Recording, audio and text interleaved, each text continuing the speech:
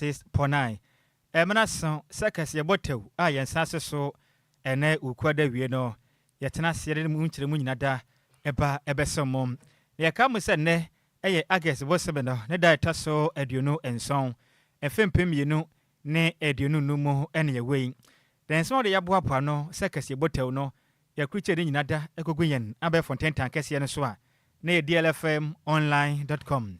enwachi kasebonam DLFM yen app no ena bio tuning app no so wodi ane se obekọ Google Play anase App Store wodi download wi ane wa search DLFM 106.9 kasebonam so a wobenya bi na watie edi amayen afe yen Facebook no eye adwuma YouTube ene TikTok de yinada DLFM 106.9 kaseboi ehunfoni ene videos ahodo nyina enam so a wobenya bi na wahwe edi amayen wodi ane so be subscribe o like wi na wa comment wi so pia so na share na unua so enya bi enhwe na kasebo ne nyina yempia enko yanemum awia yi ensam titiram ebedi kasebo mu akotene ebi enesem hwehwemu abetodwa ekiremu se ne enibone a oman Ghana ehani pa ye wo manimu no enipa titira wonom enum ne bon pa wo mayimu no eye mebuno yede mu nkiremu ebesam awia yi sanso na soafo no ena hwe oman Ghana yensa ase yakwaye na odoma kwa yankopon asase mu ne pa ode adom ye no ne den eden Emmanuel ama kofibua ede smatodwa ekirem sem bebe ye droi de enkonta ayato bentum ti osrada ye nyina yenkamwom sesebe baba kuma de na yemmoa na galamse ya ekon etia oman Ghana yensa ase ena afi nso yensu ahodo atwa ye ho ahia ne yakwaye no yentumi enko entuase yade mu kiremu ebesam ahwiai na meka se opani Paul no so wapen ewo enwoma esuamu wode nsema todwa ekiremu am yanka kira so ahwe omanga na huma esua so sem hyehyɛ hodo omaye so mo ka kofa eye corporal punishment de apa odusuani bi yamfom so a omotwe na so asotwe ntra so be punish na ma abofra ye pra okiremu atapi eba ne se moa ma mofra no mani enka school mu kram ensema no pina ka ho na yede besem mo sem kase botew ewo dear oha ene ensia ekiripo enkron kase fidie so na yaka mo sem Lumba nsupa esuasene Lumba nsupa eyadwuma kwanso ene yehye ne yesio no yate aboase adande yani ede afia mfidie mu aso kroche a unya bi na wonom a susanso bone ebi ni ho ma okram temesra oda sane a wutie mawie no udwumadie bia wudi abehia nso se ya batinto se ya wade ase program bia no yi simple afọ nya koda Lumba nsupa ne mpes papa emesom ho nom ekwanya ba de ma nkrankre wo ye hyenkani unim ka atwi na wo boye atwi akopia Lumba nsupa kache ko fa nsori bi kwa kyena busum do a wo benya dwete la Jean cash edegu butum frempani 4 ahomatrofo isom 0555 274 757 and 0577 475 343 yamfam piemu ewo dansoman ene potem madam abayameche butum ne shaponom eben Lumba sport esanso ben appear to sele nemu ewo dansoma honoma na homa trofo no 0557 349 401 yamfam piemu ewo fanko ene potem ehonom ene mama Vic ebutum na mama Vic shop no ewo fanko sport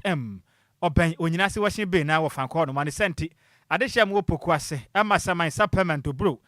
bebe biansa wo mfuma ni fankyere ma wo fanko mama Vic nchen na monkotu nso ni bi na monkonkoton emfasi kan fangom botom na homa trofo 0500 680 783 braka me botum oda command Sacred Station the shop no eben adom troba na homa trofo na 0244 094 793 0244 094 793 sasuna edit kwesi ebutum do hwenyam the shop no any Central University no in the hwe ni mu na homa trofo no 0246 601 004 and 0266 400 215 Samson America we yi sem eye Key Max Ghana and the tonsa e dia frawin ye de boy homoden ye nsafo hene ne yen enti wo ka keys na ayira no mesra wa den su entwatwacho ye betumi abo foforo e de ma okra ne nyinada eye Key Max Ghana for yensa na adwuma no no wo pa ye Carlo Mut na wo pa won se beka bi eye smart keys and braids ne nyina won se beka remote batteries wo se beka bi Samsung house keys wo fie eye safo na ajira wasu saa wo pono waka echi wontumi mbie fa ni nyina akwadan key max Ghana ne mo eye safo afoforo na yemfa ma Samsung moto circle keys ahodo yetumi ye ho adwuma Samsung control board eye programming ne nyina ye ho adwuma pa ne senti ba modern na fo ni kire mu e key max Ghana ne yemwo na wonsafo ahodo ayira no yempuma bi emfama na fa dwuma pam ye wo eye Superman eye Upper Road ye ne eye AKS Lodge eye adjacent ene ne omudi hwe ne mu ka wash ho no ma we ye kaki max Ghana for ene no fra homa trufo so e na ji mu kire mu na safo bia da ayira wo pa kire kwa no ye mofoforo emfama ye bo anso eda fom boko sesebe nananom enantem ya homa trufo na 0244 288005 0244 288005 ki Mas Ghana bra na ye mosafo from famon na osafo na ayira nom wunya fofo na mfa ne utwuma wene adwumaku aso yasene se yentena se na yemfa kase botew emesomom ewo diere kase afidie esom okenkani a mesi bi kwa no kontene kro ese nkonwa ebesom awie no edi a meje so eye wowofa Nhyiraba Kwadwo Sammy bi ma hoteden ene Alhaji Abdul Twasuntedi hieni medame ho meba mede kase bo ne chiri mankasa ebeto aso edi asomo DL News.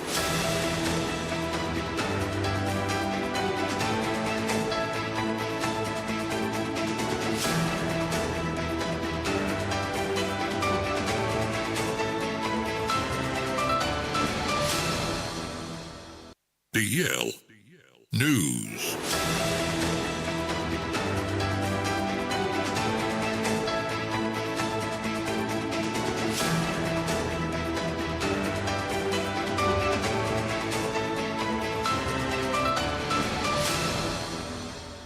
DLFM 106.9.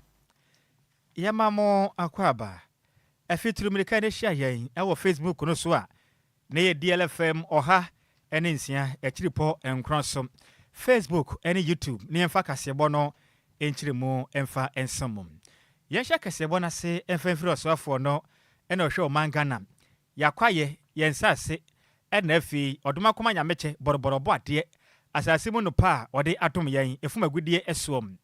ne den ede onuminyamfo Emmanuel ama Kofi Boa echirimu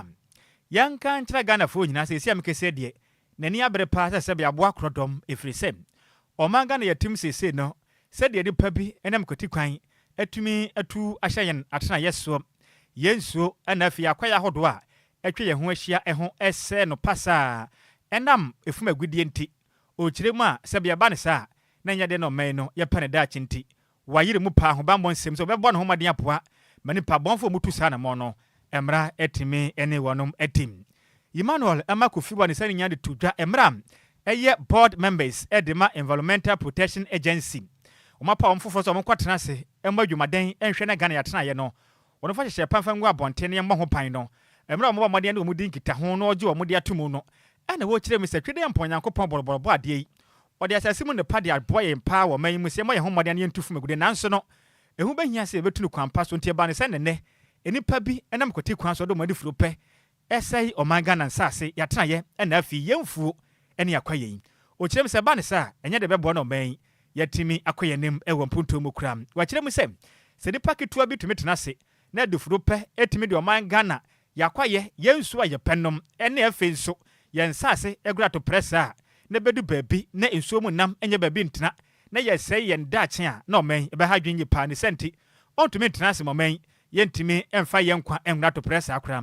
ne kasa mo ene wo kire misem Ghana fo be kanipe momaden abeso moman Ghana na nkaja ombo momaden se oman be kwe ne mpunto mum eye nyina be kai a aka ne osofo no no Ghana ohwa ho be mo ensem mum defense minister the late Dr. Omane Buama ene ma mompa na mkomkwa kotu akoboa ma omagana ne hwepa kogu akwam oboase na yahwe ne yafa kwampa de befoso betumi fuma gudie enipa makoma be ye ensia enwotwe omu nyinada ehwere woro monkwa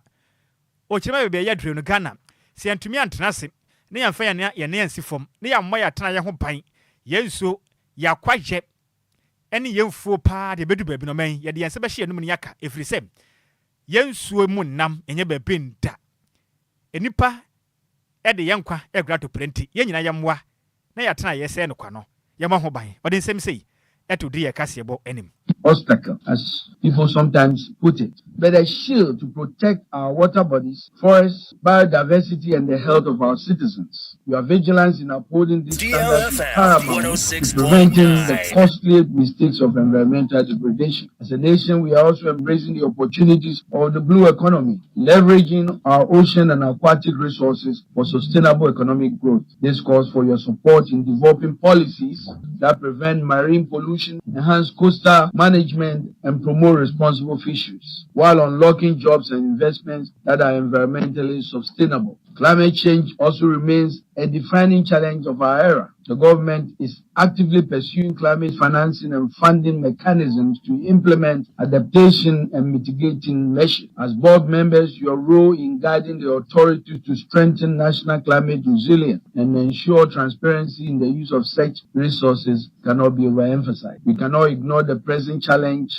of illegal small-scale mining, which continues to devastate our rivers, farmlands, and forests. This menace, as you all know, is what our former minister and colleagues ministers pay the ultimate price for. It is our collective responsibility as board members to make sure we stay steadfast and committed to this and ensure that mining is done responsibly and sustainably in their memory. Enuachi enoniminyamfo Emmanuel ama Kofi Bu anokra yenso eye oswafo no ena hwe omangana ya tena yensa ase ne yakwaye ena afenso elempele for mashebetwane echirimu am bebe ye dre no ode adesre ede to board members a romkokwa akobɔ adwumaden ahwe mahoba monsem etumi akonkan ede ama ya tena ye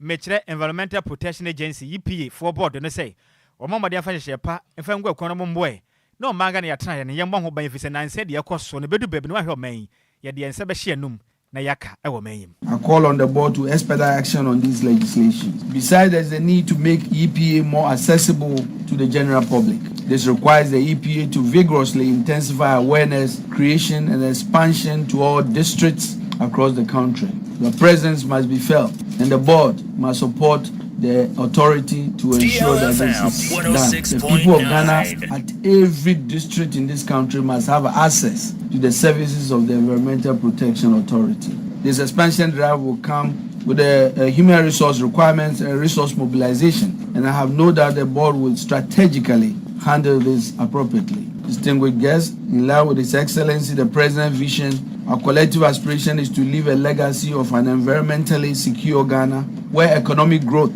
does not come at the cost of ecological destruction, where science and innovation drive environmental decisions, and where future generations inherit a nation rich in natural beauty. Eni a woti ye ayo swafo no ena hwe o man Ghana yakwaye yansase ena afenso efom agudie etu eso no kwa yanso no ya de hia wonom wo elempele mashebetwane deden ede onimnyamfo Emmanuel ama Kofi Bu ena wote ne nkan na ne kwakra mu no enam eye new board chairperson edema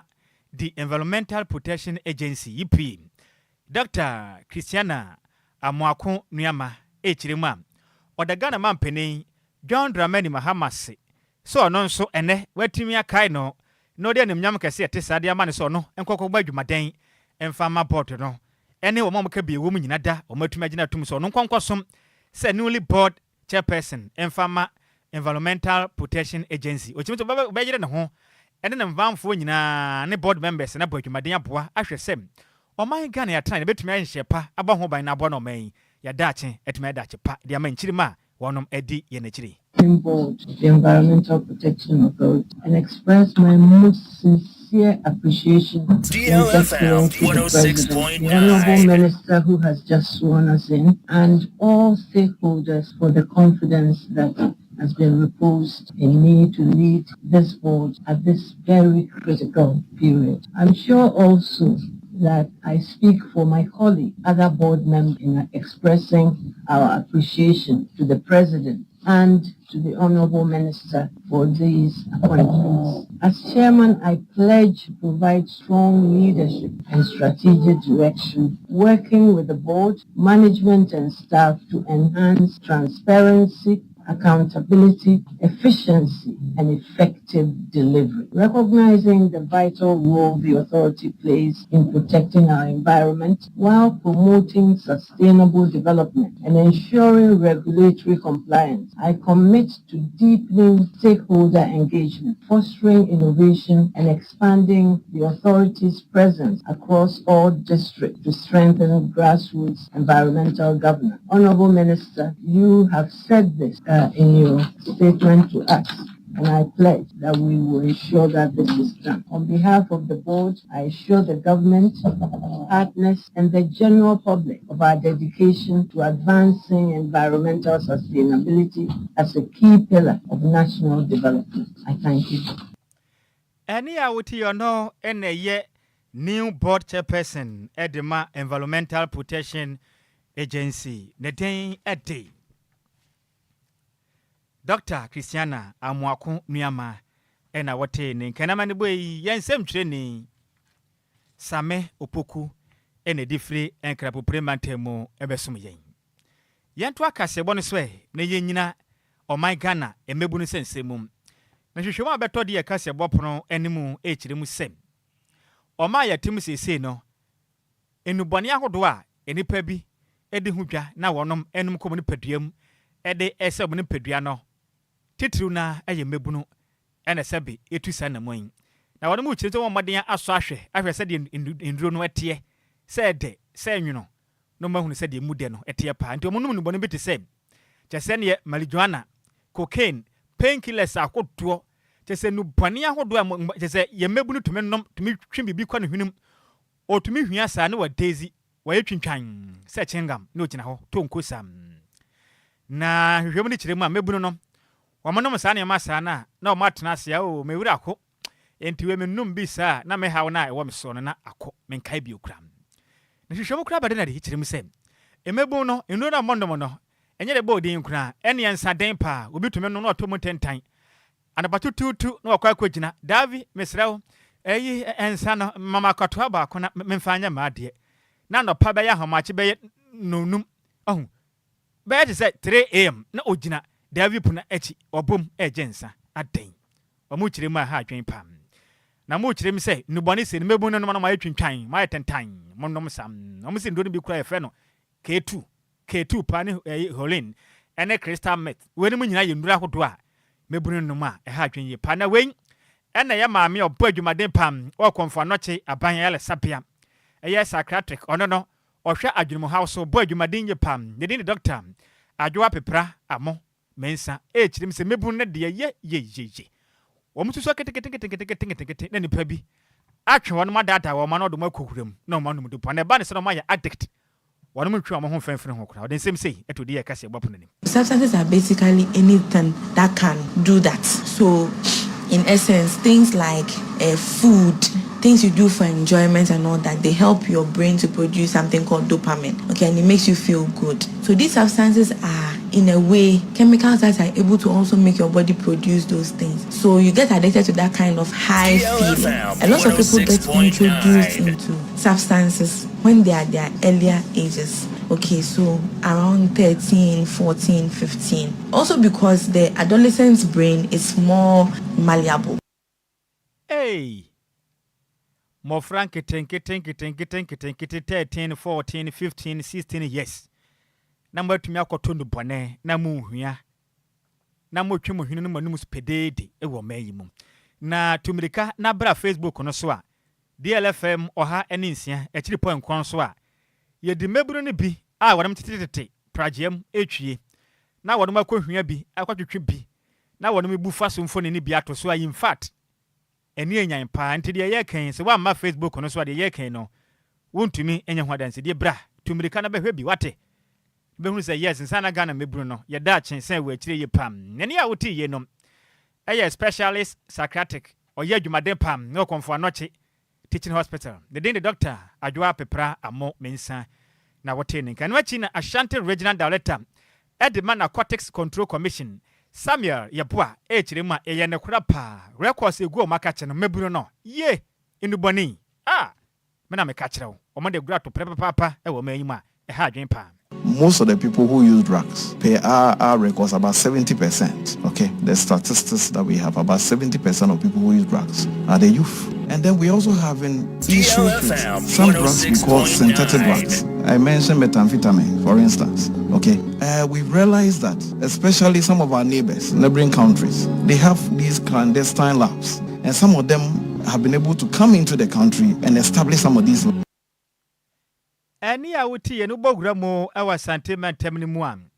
Ono ene waye Ashanti Regional Director at the Narcotics Control Commission. Ne den at the Samuel yeboa ena wote ni kene no achi na dia kase bo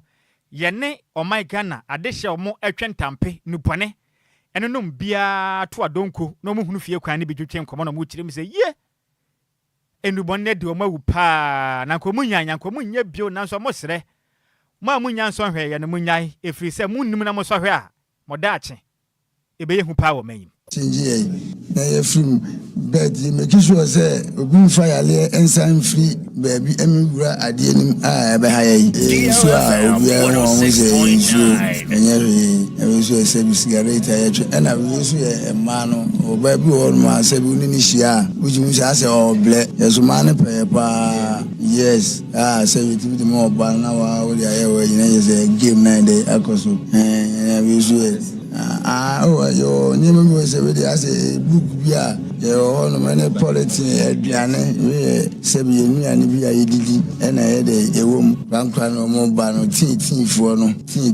na mo ba na man mem anya mem no ko man no ko na so mi dangerous apa no afirifie ono ko fi o ma mi busansa adwo 5 cd afuma mi nkudi de na me je ti mi sire o mo abatan bia mo mani nko mo afutu no tama no mo de maye no ya mfa mjesi akwa metina ose ya mimi se misupa no pe kwa mesu metuona misu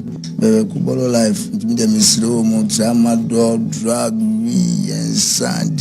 mako timbia any circumstances bia ndem binyam dinsiro mo de ma mintu mechewe no na yes asebe ne sheminti mi amini ndem slepa nyam nyina minse obi adwuma minche obi akono de mimi dem se menya no ntimenya no na America no ze wunya no ya be dem pene se wo so oba manya no se oma ne hye monyam na timbe hwe o ma me ne oma ene wonu am fia me wan de se 3 years nisina ma bia na metena ne nche e fine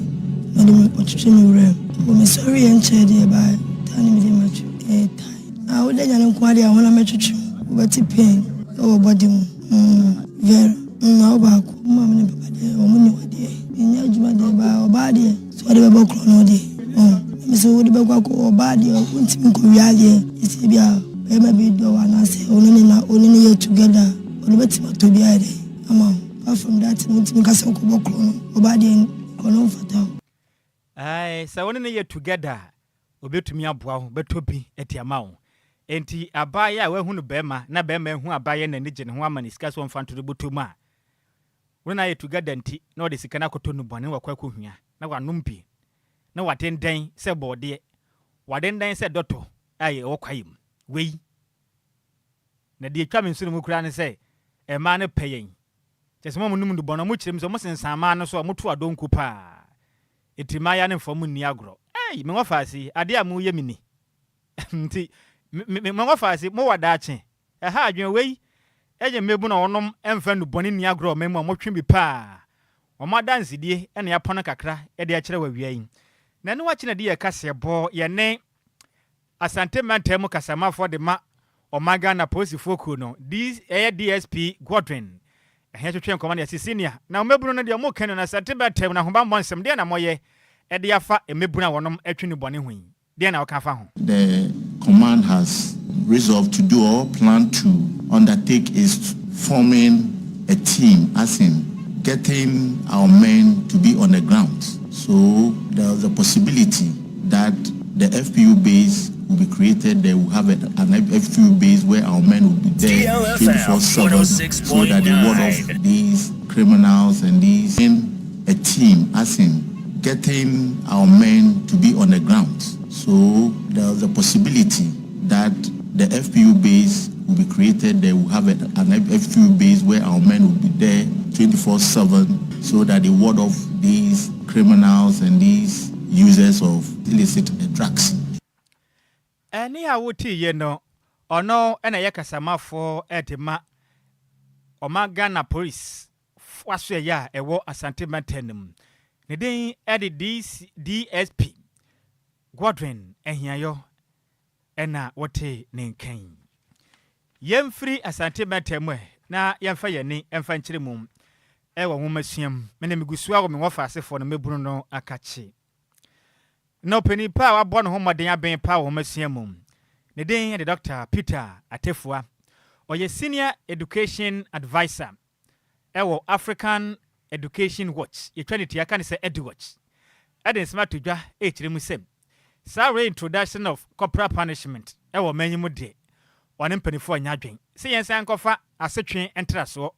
emframa school mu emetwe mofra wona mko school ewo senior high school nu mu ne de ono hu ne se be ne sa emwa mofra na ho bambɔ nsem no entimi nkonkan ewo manyimu kram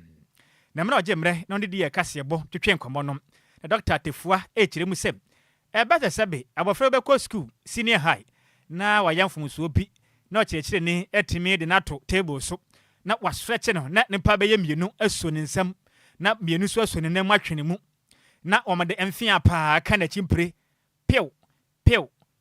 na yade mekwa akrasra na chi na ya tunsu aguso na na chi ayopika na mayi din na chi nyina bia na papa na yekuro ose aden sabe edipa no ye motwete no eba ne saa etiamra ne senti saa na motu nde nya de ono so kram opani ka sem na okire mi sem o ma ye timi sabe sa kyerefo mbobra pa na okire ni wapon school wankwa fraud sua ni o woni men kanche ma bi mempona bitia kofra ne bra me na menene ni nkomo o kyerekye ni wudi hu ni na ubu hu a school ni bebu obesuro bebu obedi mra so na dum pempem so a kyerefo yi bi omumndu omho ni omummu omho kra adei yane ma na eche omne school fo amofra memmen ena eche maye efa ewo school mu na kwabane se wo kyerekye ni school ni abaya wo kyere na de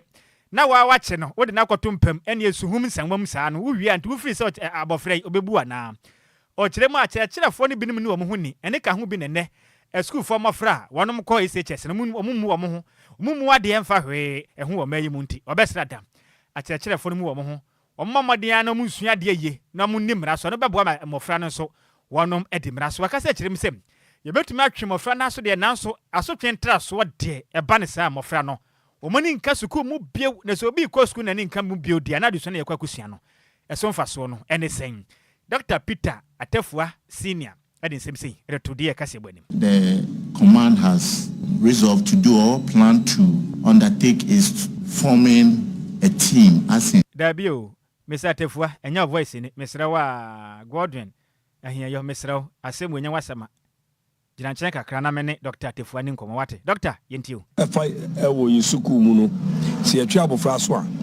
ye twe na so se obetwe ne ho afi bibi bone ye ho ade enye ho se be ya obesua ade yie ana obeya ade fata dachi so free school mu no obefia oni nipa betumi atra ana mpo se obesua de se be ya obetumi asua ne nsa no adwuma no de ye adwuma na o de abone bra ana so se obekọ danum ewo na de suam enti se ye tete mofra ye de asotwe kakra eka ho na asotwe no ensese edi abofra no dem ensese asotwe no ema abofra no etwe ne ho kura afi adesua ho asotwe no ye twe se be ya abofra no nani beje ne humasua ho no aye nia ese no wasua no abenyini abeye opanyimpa nti sana asotwe etie na ye kasa corporal punishment e ya asotwe a ye de ma abofra etimi ma na etimi twe no fi na adesua ho obedumi akasa bi nkosuku no kura bio esa se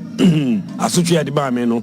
ya mama dane nti sa se bi aboa bi ene sei se ye de aba be si abofra so ne ya be buru no ase be ya na chi be papai se teacher ni ye discipline abofra no so be discipline so the teacher is a mirror reflection of the child na o train there so they are hisi ho no a so sa na teacher no so ohun ne ho e ne mofa na o kire o made no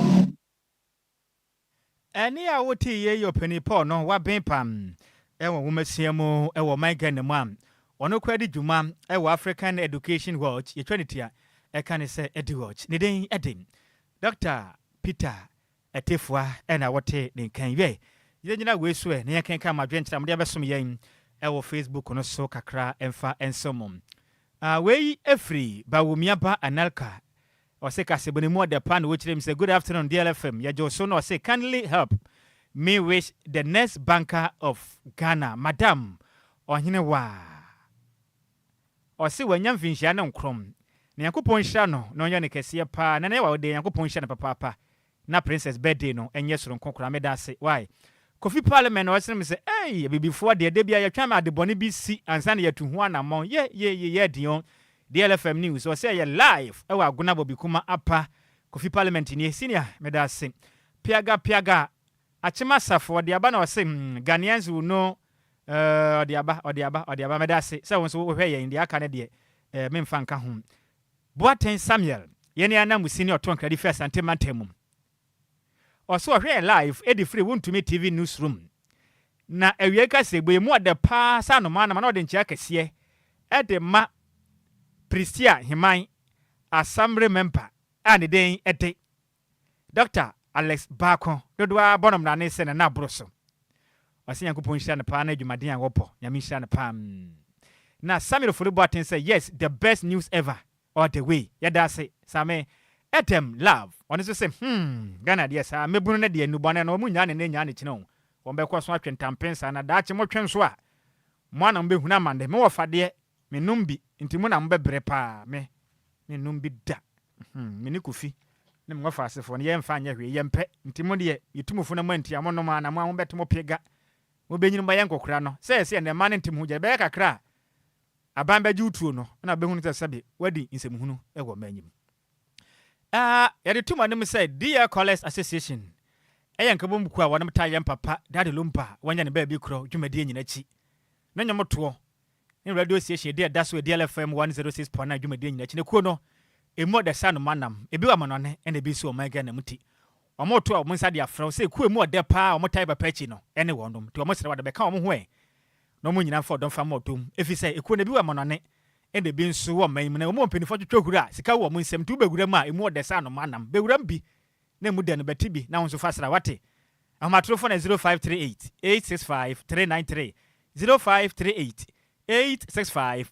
393 sanso na ye ka mo say eye special t-shirt e de ma yam papa ne 1 week no ana fi scarves we no eye duku mesra wa ba duku na 50 Ghana cedis pe ena t-shirt ne nso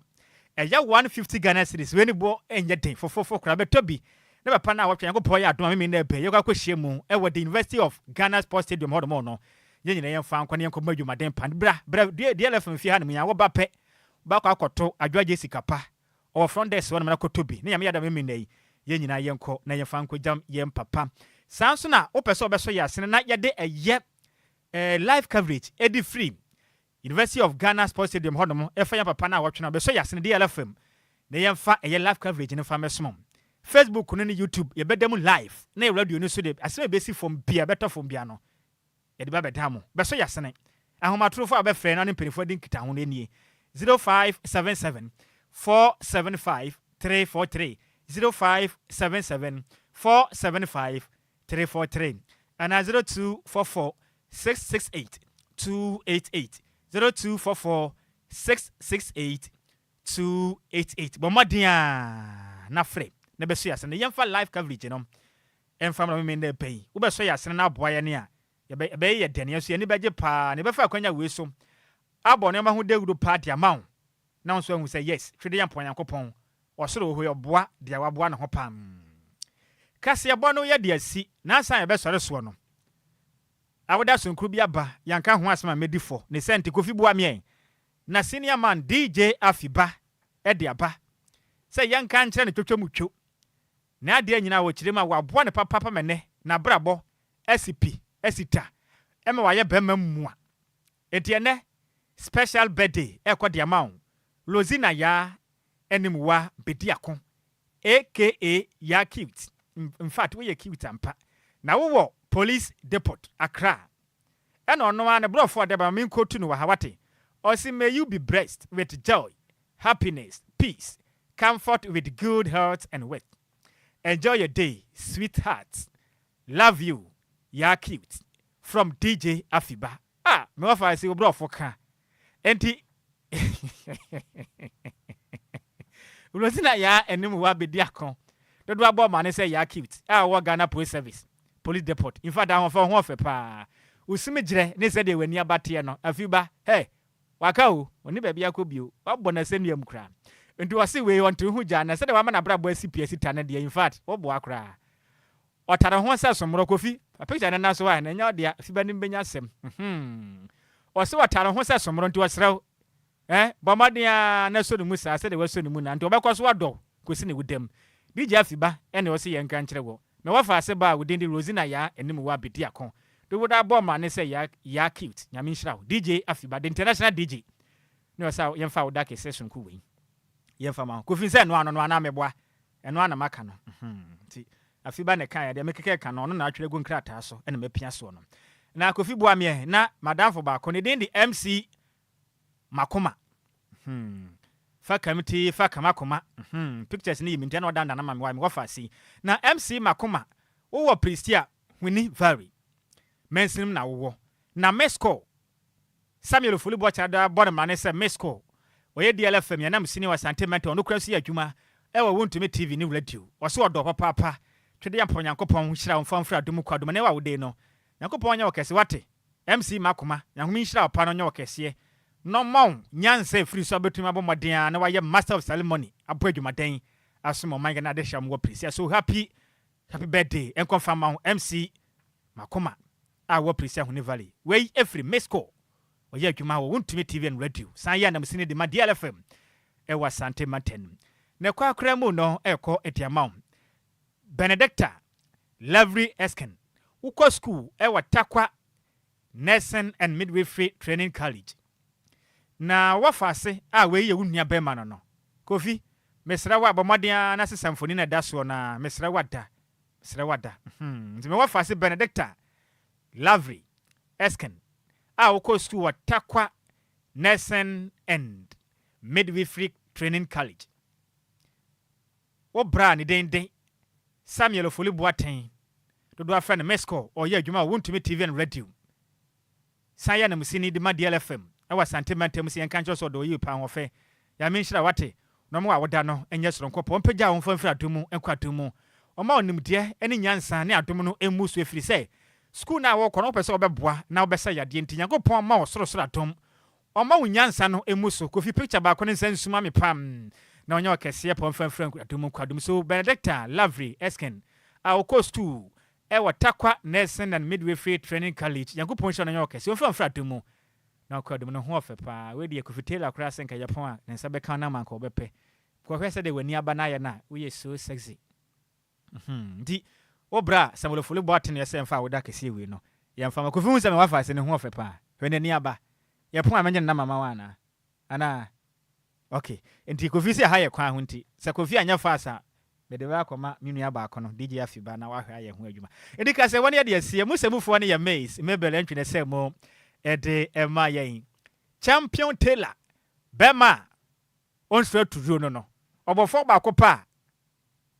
abanfo nyina di na yaw Kofi Taylor no ode ekopie mu Facebook and afins YouTube kasebo no we ya ho videos ne fo ne nyina bi etumi ehwe ye adwaje sikapa eboaye e wa kasebo dem sanso na Imanora osenya akonso boaye kasebo dem DJ Omarion mami mula support no sanso na Senator Christian duty Samuel Akwa DJs Kibichi chima firi from the somme okay Kenya me kone contract edikase botew besuma wie no edi amagye so eya wo fa twa be wude hye konkrom Nhyiraba Kwadwo Sammy bi mahoteden ene ehunsu ompone Alhaji Abdul Twasuntedi hye me sasman na dwa sika betenase onne pamfo ene ewukuada dia odwumade no beto aso one kwame afum ena afi me wafase sexy journalist ne mabesomo sompa ye papa nwom no emu nchechiremu ene nsema hodo wa hwinta nyina na nadwo atenase obepa nyina ho ntoma ma wahu de yakone de yepa enti akire mu hima Michael Jackson infifi mu hima radio no wana atoy na so watenase nya de wodo nsaka obetwadwan emra betia temesro kasaveni kwaso na DLFM 106.9 najwa sikin na pamfo na mbesmo sompa mamu nyina mo ni tia adehye